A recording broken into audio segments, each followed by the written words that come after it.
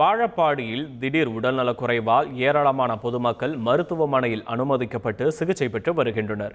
சேலம் மாவட்டம் வாழப்பாடி மற்றும் பெத்தநாயக்கன்பாளையம் பகுதியில் கடந்த 3 நாட்களாக ஏராளமான பொதுமக்கள் வாந்தி பேதி காரணமாக அரசு மற்றும் தனியார் மருத்துவமனைகளில் அனுமதிக்கப்பட்டனர்.